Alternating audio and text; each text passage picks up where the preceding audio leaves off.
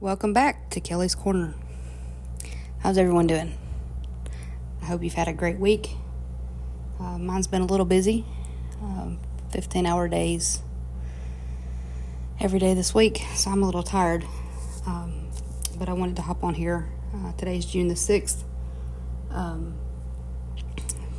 Depending on when you hear this, just to give you a point of reference as to when this was recorded. And if you like history, this is going to be your episode. If you don't, still tune in. You might learn something, and you might find an interest in the topic of discussion. Something a little different. I'm recording tonight from a hotel room in Kentucky. In Kentucky to see the Oak Ridge Boys tomorrow night at Renfro Valley. Told you guys I'm a little tired, so bear with me. But I'm in town to see them tomorrow night, and it'll be a real quick turnaround. I'll head back home tomorrow night as well after the show. Mainly because I have spent so much time away from home this week. 15-hour days every day this week, going into the office. And I want one day, which I guess will be Sunday, where I'm not in my car. And I don't have to get in my car at all, I hope. I hope Sunday I can just be lazy and rest and relax and get ready for another 15-hour day-filled week. But it is what it is. And like I said, this is going to be a lot of history today, or tonight, I guess. And I guess I kind of showed my hand by telling you what day this is, June the 6th. It's some of you probably already know it's a very important day in not only American history, but world history as well. It's the day of days, June 6th. So let's jump right on in and talk about some history from June the 6th and some of the days that surround it. June the 6th, we'll start with the one thing that the people will more than likely know about June the 6th. And that's June the 6th, 1944. 81 years ago today was D-Day. And that is when the Allied forces stormed the beaches in Normandy, France, to gain a stronghold, a foothold back in Europe during World War II, that effectively turned the tide of the war. Had that mission failed, I don't really know that I would be speaking English to you right now. But thankfully, it didn't. But D-Day, it's, as I said earlier, the day of days. D in the military alphabet actually stands for day. So essentially when you say D-Day, you're saying day. Or the day of days. But like I said, it was 81 years ago when the Allied forces stormed the beaches of Normandy. And they had started planning D-Day. They knew they were going to have to make an invasion into Europe in order to start taking it back and to ultimately be victorious against Hitler and the Nazi regime. But they had started planning D-Day a year before, in 1943. And they used military deception. They had inflatable tanks and inflatable camps, basically, military units stationed in places in Great Britain, which was where the attack was going to come from. And the Germans pretty well knew that. They knew that any kind of attack to France would come from Great Britain. And they actually were watching Patton, General George Patton. He was stationed in England at one of these deception camps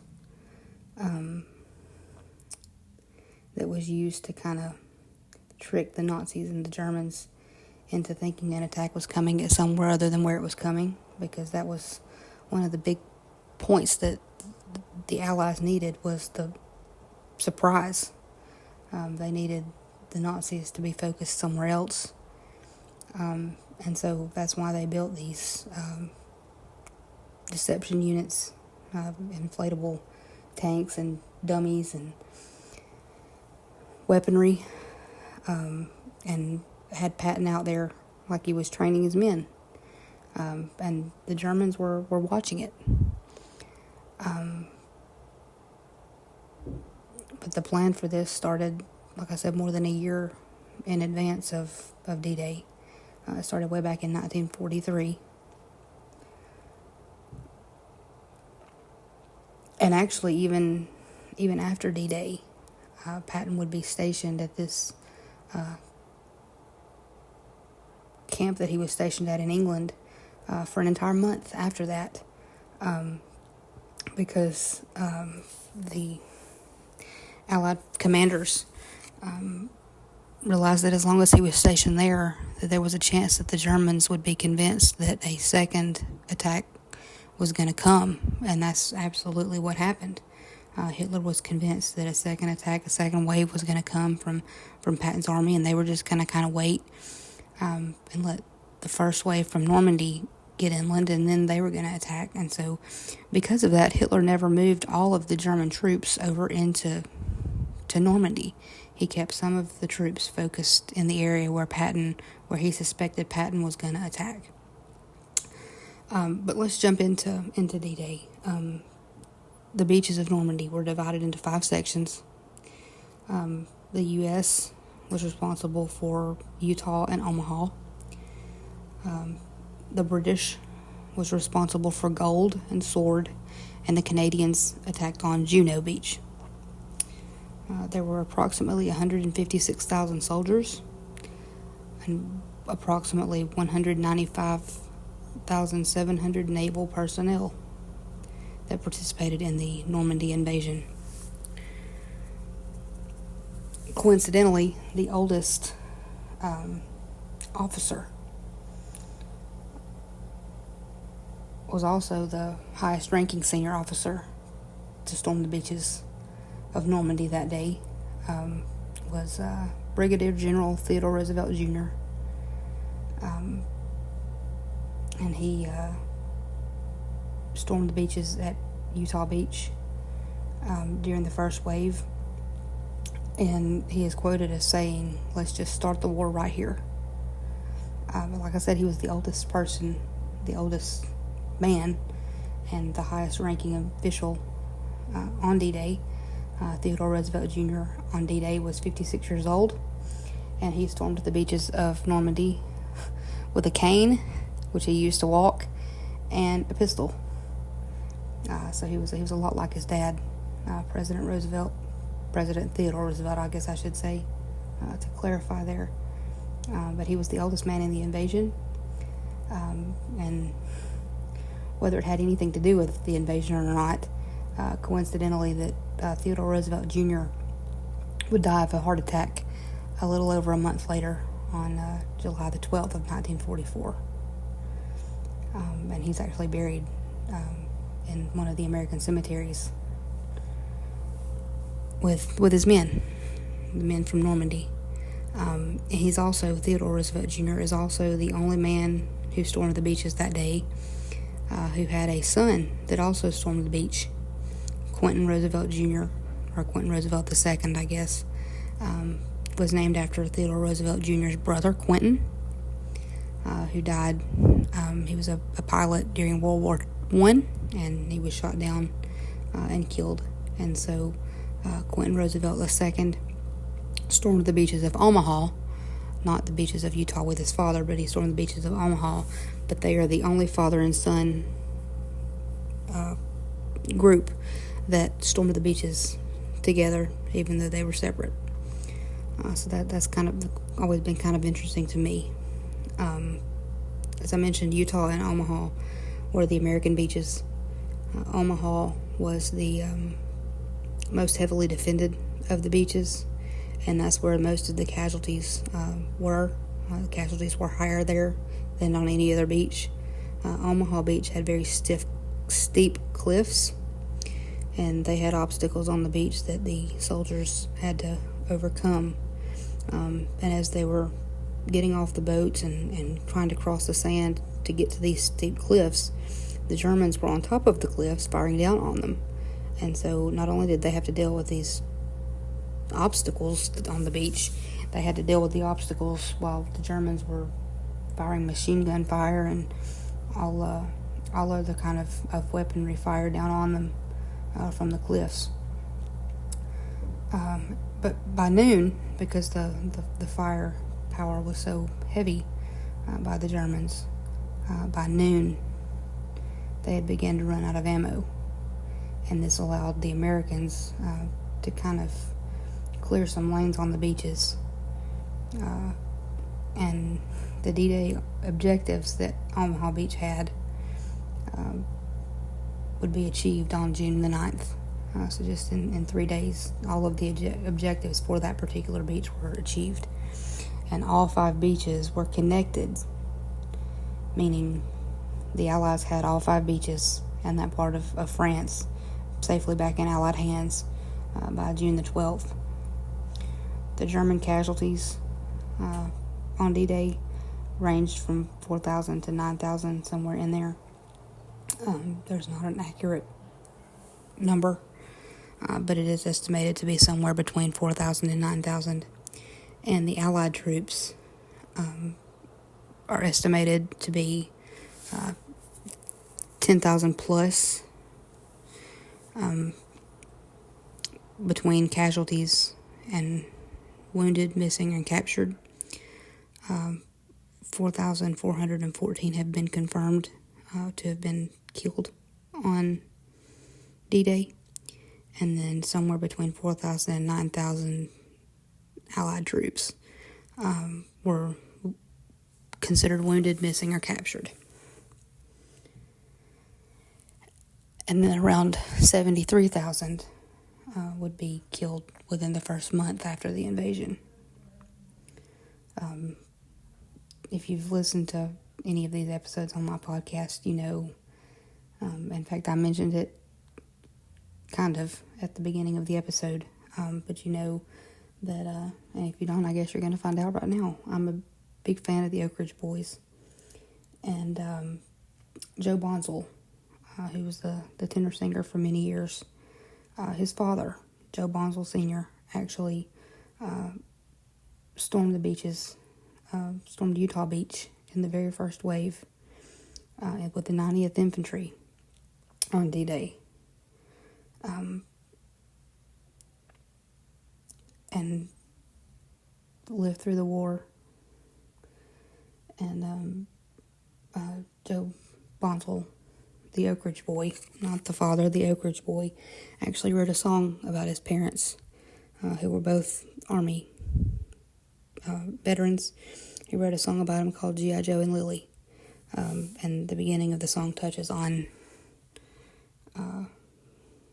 his time in the service. But he did, his father did storm the beaches of Normandy. And it's because of Theodore Roosevelt Jr. and Quentin Roosevelt and Joe Bonsall Sr. and all of the many other men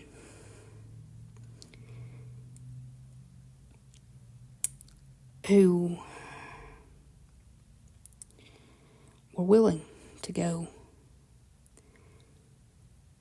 for us to be free, for us to have the freedoms that we have, to be able to enjoy the freedoms that we have. You know, they were willing. They knew what it might cost, and they went anyway. and we owe them a very, very high debt of gratitude.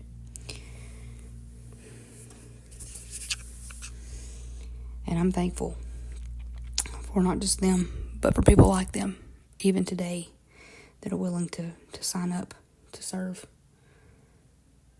and to fight if called upon. I have my Sunday school teacher, actually, her grandson is in the Air Force.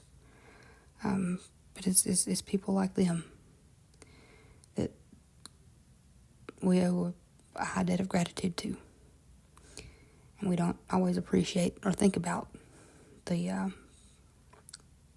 what we owe them, but we do. And it's days like today, specifically, that we should remember. And if you see somebody out with a veteran's hat or veteran's shirt, thank them. Because they didn't have to go. But they did. Something else I wanted to touch on.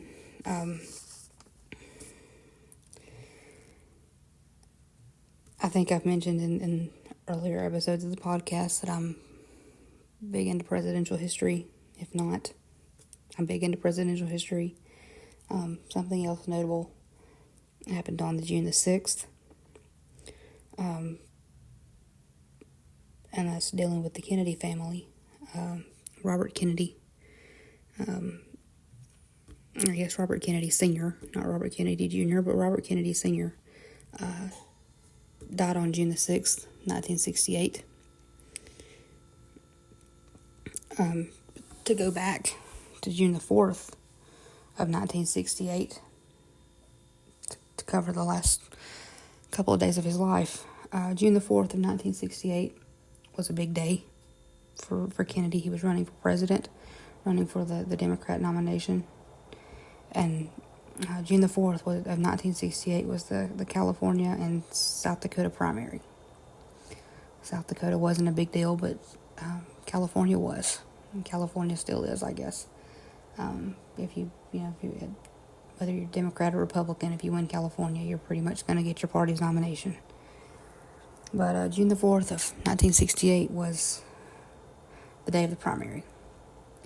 And Kennedy had suffered a defeat prior to that, and he needed to pick up California. And he needed South Dakota too, but he really needed California. And so, as the election results are coming in, he and his family and his campaign team are waiting at the Ambassador Hotel in Los Angeles. And there's something else that happened on June the 4th of 1968 that I'm going to cover at the end of this discussion on Robert Kennedy. But so just hold that kind of in your mind. But Robert Kennedy and his family and his campaign team were at the Ambassador Hotel waiting on the returns to come in. And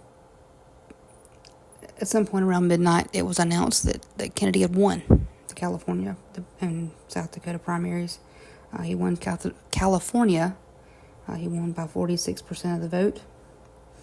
And at 12:02 a.m., or around 12:02 a.m. on June the 5th of 1968, he goes down to the ballroom at the Ambassador Hotel and addresses his supporters to give a victory speech.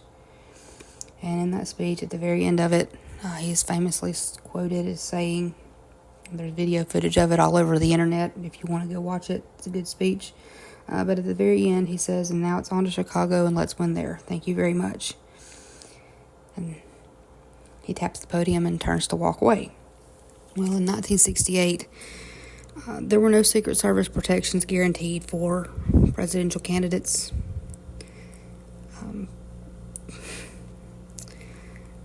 You'll find out in a minute why that changed. But in June of 1968, there were no such thing as presidential candidates, Secret Service agents.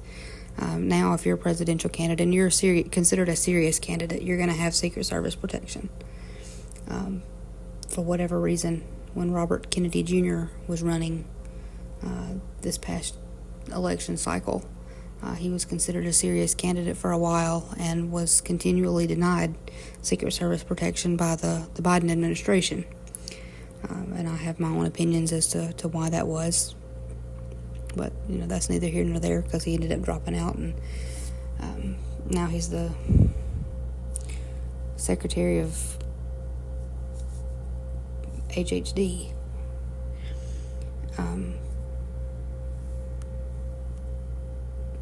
But at the time, there were no Secret Service protections.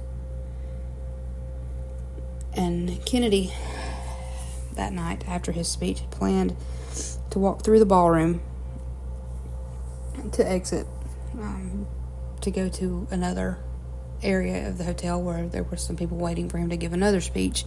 But at the last minute, his campaign aide, Fred Dutton, decided that Robert Kennedy would not go through the ballroom, but he would take a shortcut through the kitchen.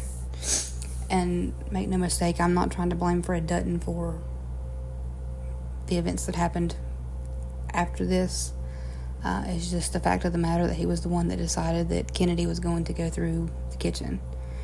And so Kennedy's walking through the kitchen, and Robert Kennedy stopped to shake a bus boy's hand. The bus boy's name was Juan Romero. And he shook his hand, and just as he stops to shake his hand, reaches out and grabs his hand, shakes his hand, a gunman who was identified as Sirhan stepped out from behind an ice machine and opened fire. And Robert Kennedy and 5 others were wounded in the shooting, including Paul Schrade, who later was a very outspoken advocate for Sirhan being innocent. And just like with John Kennedy's assassination, there is some question as to whether or not there was one gunman, whether or not Sirhan was involved at all. So there is some question of conspiracy around his assassination as well. But anyway, I digress from that. If you want to know my opinions on those things, I'd be more than happy to do a podcast later on conspiracies. But back to the events of June 4th, 5th, and 6th, 1968.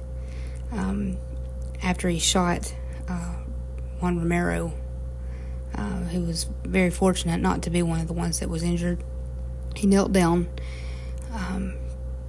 and cradled Robert Kennedy's head, and then he placed a rosary in his hand. He knew the Kennedys were Catholic, so he placed his rosary. Romero himself was Catholic. He placed his personal rosary in Kennedy's hand. And there's a very famous picture of this, and you can actually see the rosary in Bobby Kennedy's hand. But Robert Kennedy asked Juan Romero, "Is everybody okay?" And Romero responded, "Yes, everyone's okay." And at that point, Robert Kennedy turned around and said, "Everything's going to be okay." A few minutes later, the emergency services people arrived, and as he's being lifted into the stretcher to go to the hospital, Robert Kennedy whispered, "Don't lift me." And that would end up being his last words, because shortly after that, he lost consciousness. And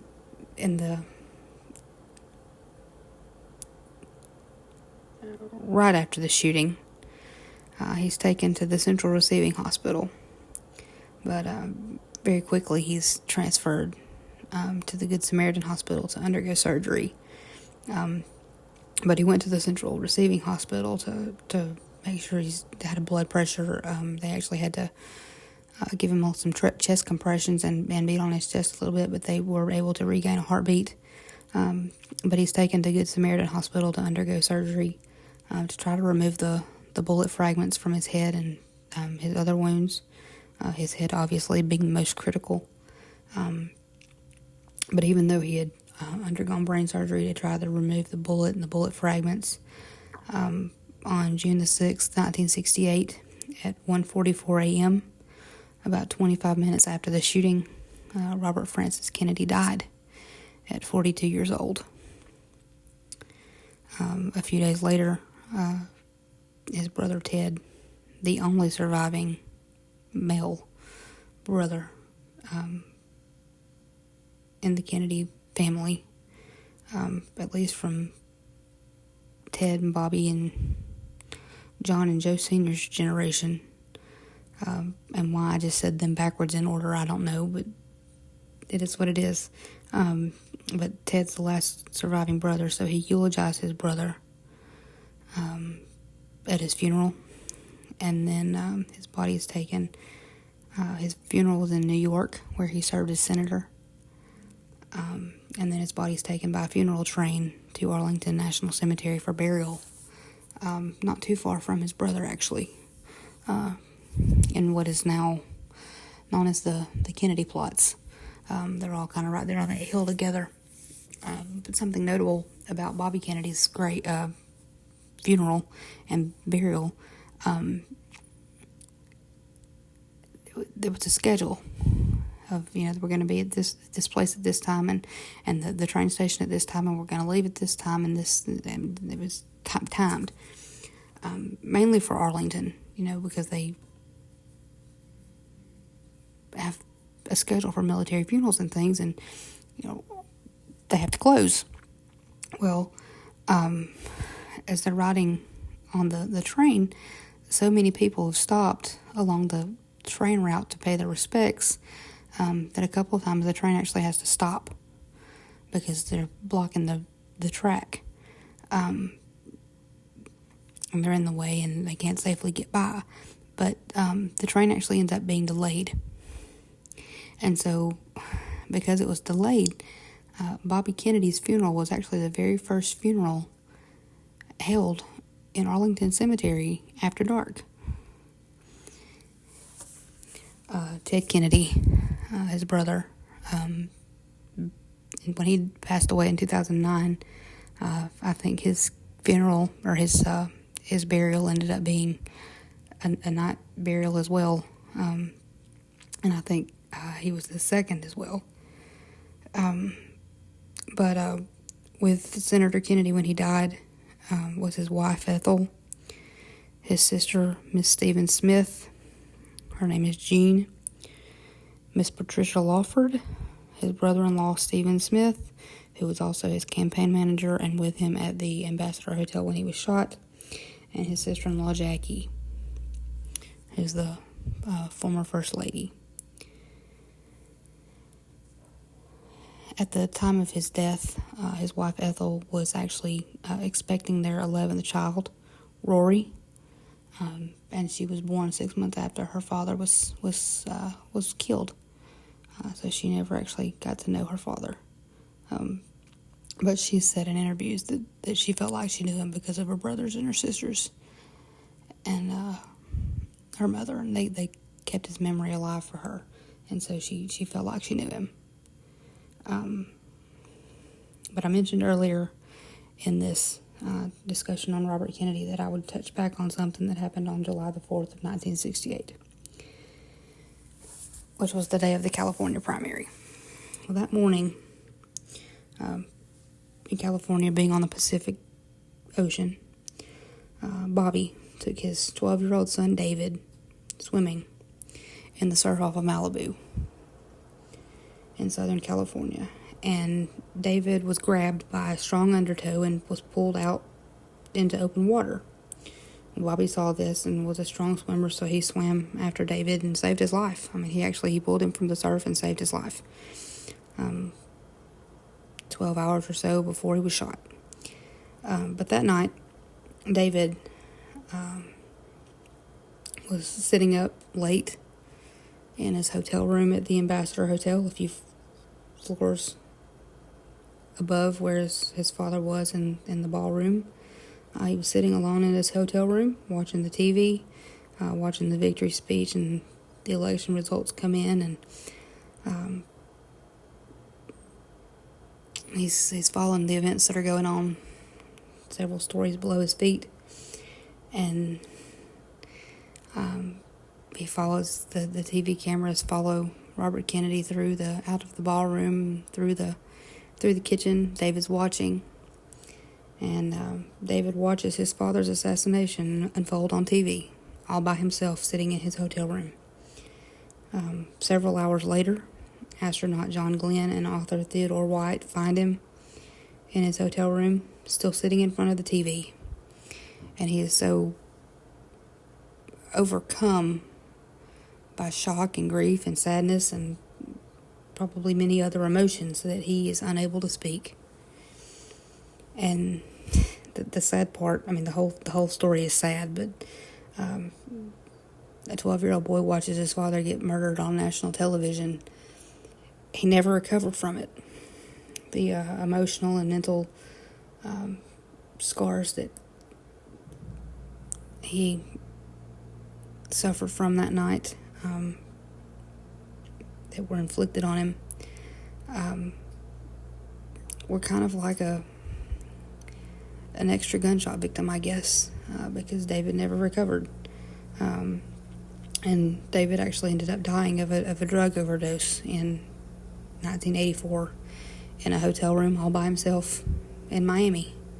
And so in a sense, I guess David kind of could have been another victim of the assassination, because had those events not occurred, who knows what David would have done.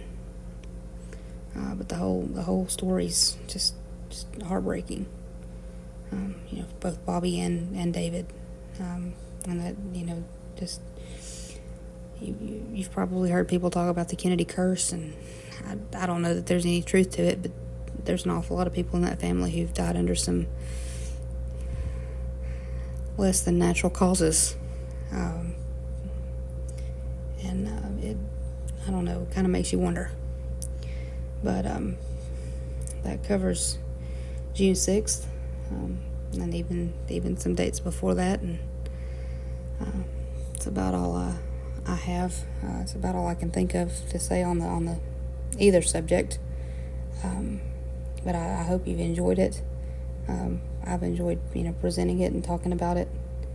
And I'm gonna get off here and get some rest before I go to the show tomorrow night. Looking forward to that. Looking forward to seeing the boys again. And I hope everybody has a great night and a wonderful weekend. And whatever you do, stay safe. And we'll catch you next time.